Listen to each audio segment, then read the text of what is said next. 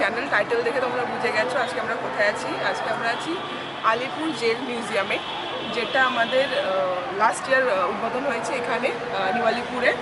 So এখন আমরা পুরো জেলটাকে ঘুরে দেখাবো তোমাদেরকে, সব কিছু শেয়ার করবো, প্লিজ দেখতে থাকো।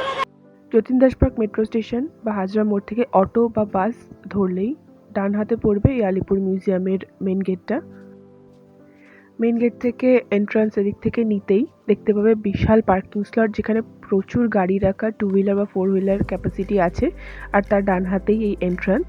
গেট থেকে ঢুকে বাঁ হাতেই টিকিট কাউন্টার, যেখানে অনেক কাউন্টার আছে যাতে ভিড়টা কম হয় টিকিটের জন্য, লাইন দিতেও বেশিক্ষণ না হয় আমাদের।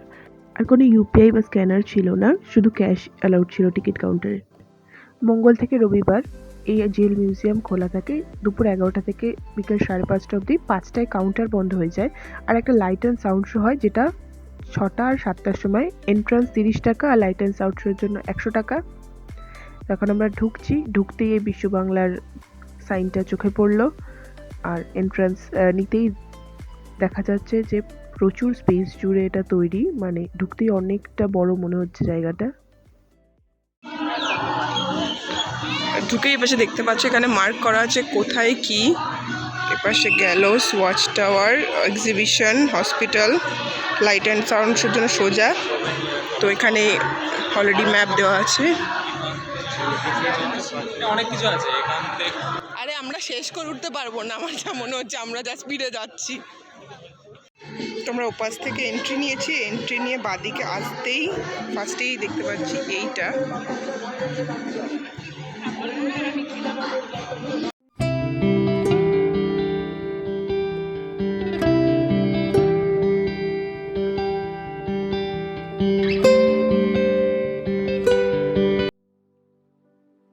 তো ম্যাপ অনুযায়ী আমরা যাচ্ছি এখন নেহেরু সেলে। চলে যাওয়া যাক।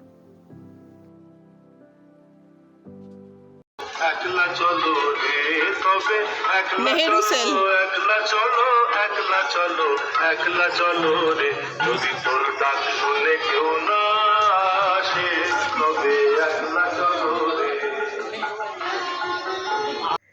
আমাদের ভারতবর্ষের প্রথম প্রধানমন্ত্রী জওহরলাল নেহেরু আইন অমান্য আন্দোলনে ভাগ নেওয়ার জন্য এই আলিপুর জেলে প্রায় 80 দিন মতন বন্দী ছিলেন।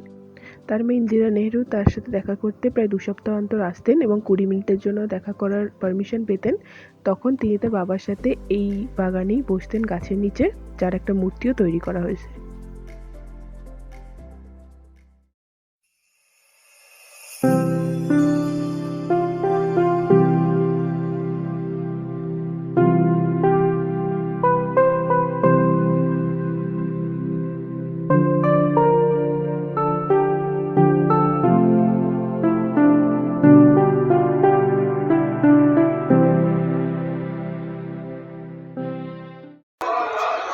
এ পাশ থেকে বন্ধ থাকতো তো হাত বের করে খুলে নিতে পারে, তাই দেয়ালের মধ্যে এই ব্যাপারটা দিয়েছে। মানে ভাব, দেয়ালের মধ্যে দেওয়া, কেউ কেউ মানে হাত, হ্যাঁ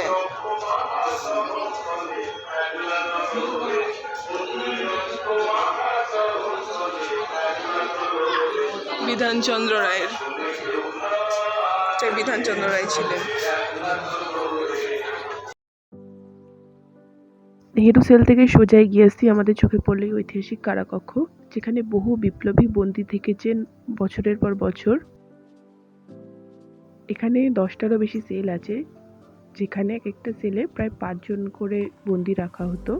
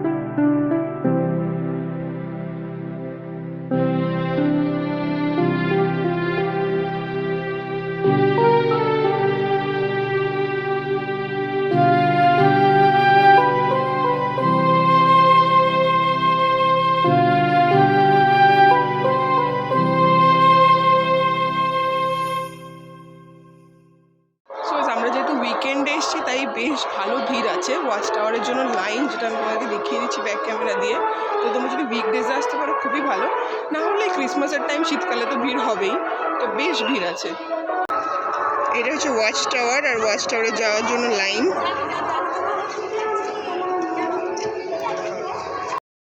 ওয়াচ টাওয়ারে প্রচণ্ড লাইন থেকে আমরা এসে গেছি তাঁতকলে।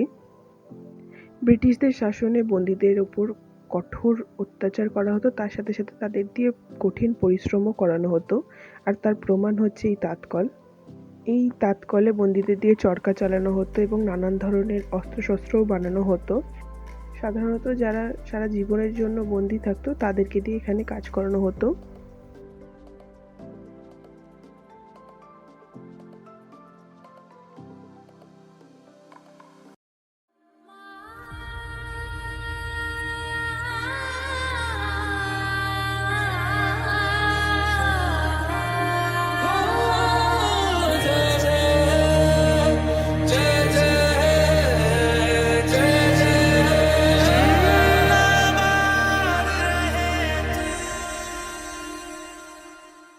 আমরা এখন যাচ্ছি কফি হাউসে। এন্ট্রান্স থেকে ঢুকেই ফার্স্টেই কফি হাউসের গেটটা পড়ে, তো চলো দেখা যাক।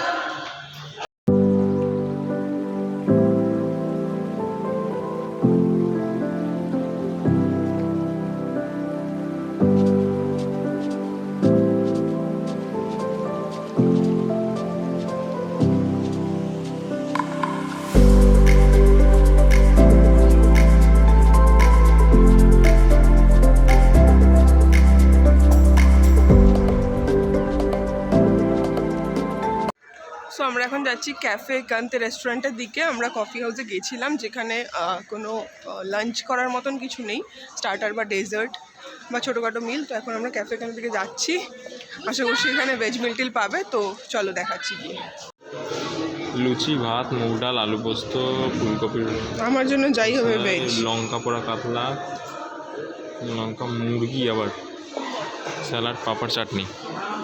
হচ্ছে একান্তে, কি যেন নাম, একান্তে ইন্ডিপেন্ডেন্স কিচেন। একান্তে ইন্ডিপেন্ডেন্স কিচেনের মেনু দেখে নাও তোমরা, একবার পজ করে দেখে নিতে পারো মেনুটা। তো আমরা এখন ঢুকছি একান্তে ইন্ডিপেন্ডেন্স কিচেনে। এটার অ্যাম্বিয়েন্সটা ভীষণই সুন্দর, একদম মনে হচ্ছে যেন একটা জেলের মধ্যেই আমরা রয়েছি। এই দেওয়ালটাতেও লেখা আছে ইতিহাসের নানান রকম ঘটনা, আর এখানকার সমস্ত স্টাফরাও জেলারদের ইউনিফর্ম পরে আছে, তো এই অ্যাম্বিয়েন্সটা ভীষণ সুন্দর লাগছিল, ভীষণ ইউনিক। এখানে 4 রকমের প্ল্যাটার আছে, আমরা প্ল্যাটার 3 নিয়েছি, যেটা হচ্ছে ননভেজ প্ল্যাটার। কি আছে আমি দেখিয়ে দিচ্ছি। ঘি ভাত, মুগ ডাল, ফুলকপি রসা, এটা আছে পনির, কি পনির জানি না, কিছু একটা ধনিয়া বা কিছু একটা পনির হবে। এটা লঙ্কা পোড়া কাতলা, এটা চিকেন, স্যালাড, চাটনি, পাঁপড়। তো খাওয়া দাওয়া শেষ করে বেরিয়ে তোমাদের চোখে পড়বে একটা বড়সড় পিস্তল, যেটা ব্রিটিশ শাসনে রাইটার্স বিল্ডিং অ্যাটাকের অন্যতম নেতা দীনেশ গুপ্তর ইউজ করা পিস্তলের আকারেই তৈরি করা হয়েছে। সেখান থেকে আমরা যদি সিঁড়ি দিয়ে ওপরে উঠে যাই, দেখতে পারবো একটা মিউজিয়াম, যেটা ভারতের মুক্তি সংগ্রামের জন্য আমাদের বাংলার যে অবদান, তার স্মৃতিতেই এই পশ্চিমবঙ্গ সরকার থেকেই মিউজিয়াম তৈরি করা হয়েছে। আর সেখানে গেলেই জানতে পারবে আমাদের বাংলাতে কত বিপ্লবী আছে যারা এই দেশের জন্য প্রাণ দিয়েছে, এবং তাদের লেখনী আর সাহিত্যের মাধ্যমে তারা কতটা অবদান রেখে গেছেন আমাদের ভারতের ইতিহাসে।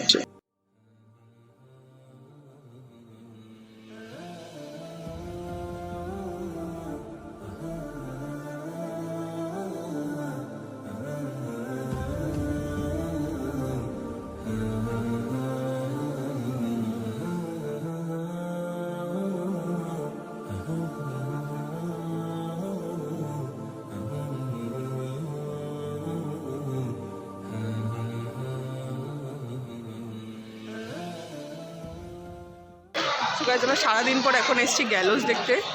তো গ্যালোসে বিশাল লাইন, দেখিয়ে দিচ্ছি ব্যাক ক্যামেরা দিয়ে।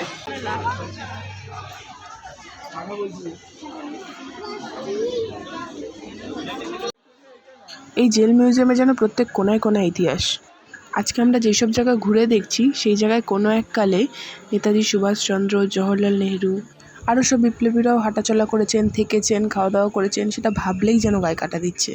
আর এই গ্যালোসে আসলে রাগে গর্বে একটা এমন মিক্সড ইমোশন হবে যে সেটা বলে বোঝানোর মতন না। এই যে কাঁচের যেটা দেখা যাচ্ছে, ওইখানে ফাঁসি দেওয়ার পর যখন দেহটা নিচে পড়ে যেত, এই কাঁচের বক্স থেকেই সিঁড়ি দিয়ে নিচে গিয়ে সেটাকে বের করে আনা হতো।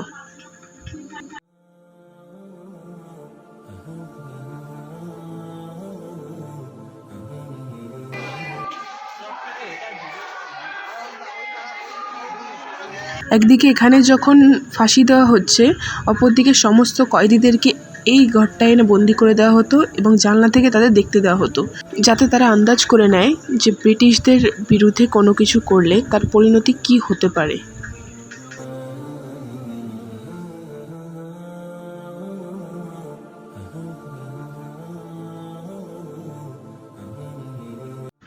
আর এই যে রুমটা, এটা হচ্ছে অটোপসি রুম। ফাঁসি দেওয়ার পর দেহটাকে এই রুমে আনা হতো, আর যদি ফাঁসির পরও কারোর অল্প প্রাণ থাকতো তবে তার নাড়ি কেটে এখানেই তাদেরকে রেখে দেওয়া হতো, আর এই রক্ত বয়ে যেত এই ড্রেন থেকে। গ্যালোসের পাশেই রয়েছে বিভিন্ন জেল। যাদের ফাঁসি হবে তাদেরকে এখানটাতেই এনে রেখে দেওয়া হতো তা বেশ কিছু দিন, এবং সেখান থেকে ডাইরেক্ট গ্যালোসে নিয়ে গিয়ে তাদের ফাঁসি দেওয়া হতো।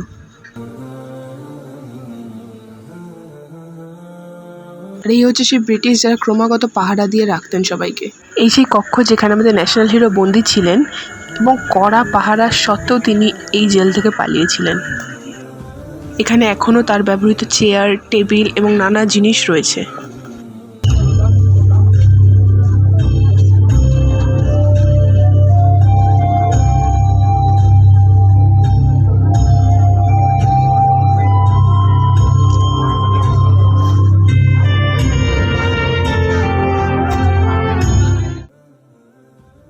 আপনারা যদি কলকাতা বা তার আশেপাশে থাকেন বা কিছুদিনের জন্য কলকাতায় ঘুরতে এসছেন, তাহলে একবেলার জন্য ঠিকানা হতেই পারে এই নিউ আলিপুর জেল মিউজিয়াম। এখানে আনাচে কানাচে প্রত্যেকটা দেওয়ালে দালানে যে ইতিহাস হয়েছে সে এক আলাদাই অনুভূতি। তাছাড়াও আছে বিপ্লবীদের হাতে বানানো অস্ত্রশস্ত্র, তাদের ব্যবহৃত জিনিসপত্র এবং পুরনো আর্কিটেকচার।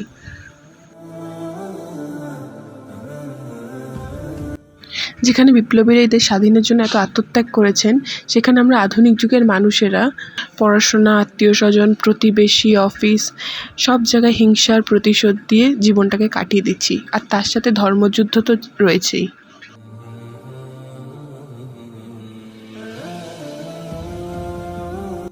জানি ভিডিওতে দেখলেও সামনে থেকে দেখার উপলব্ধি আলাদা, তাও যতটা নিজের চোখে দেখেছি ততটা সবাইকে দেখানোর চেষ্টা করেছি। যদি কিচ্ছু ভালো লেগে থাকে তাহলে অবশ্যই লাইক শেয়ার করবেন আর চ্যানেলটাতে সাবস্ক্রাইব করবেন, আর যদি কিছু ভালো নাও লেগে থাকে ডেফিনেটলি কমেন্ট বক্সে জানাবেন। ততদিন সবাই ভালো থাকবেন, সুস্থ থাকবেন, দেখা হয়ে যাবে নেক্সট ভিডিওতে।